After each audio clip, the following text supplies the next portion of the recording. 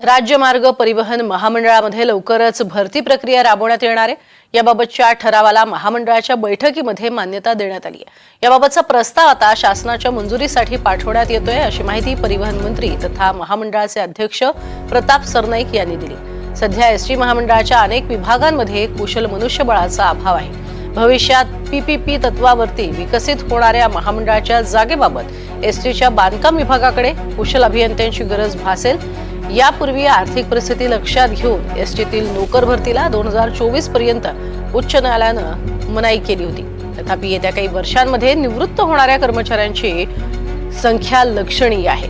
या कर्मचाऱ्यांसह अभियंत्यांची रिक्त पदं करार पद्धतीनं आणि सरळ सेवा भरतीच्या माध्यमातून भरण्यात येणार, असं सरनाईक यांनी सांगितलंय।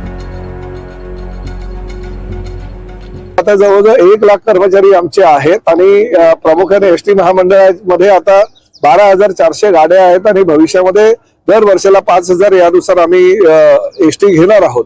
परंतु जर पुढे भविष्यामध्ये कामगारांची गरज लागली तर आम्ही दुसऱ्या कुणालाही भाडेतत्वावर गाड्या घेऊन त्यामध्ये भाड्याचे कर्मचारी भरण्यापेक्षा आम्ही आमच्या कर्मचाऱ्यांना बळ देऊ आणि गरजच पडली तर एसटी मध्ये नवीन आम्ही तरुणांची भरती करू, यासाठी आम्ही तो निर्णय घेतलेला आहे। परंतु सध्या तरी एवढी गरज आम्हाला वाटत नाहीये। परंतु जर एसटी वाढल्या आणि कर्मचाऱ्यांची संख्या जर कमी असेल तर निश्चितपणे आम्ही भरती करू।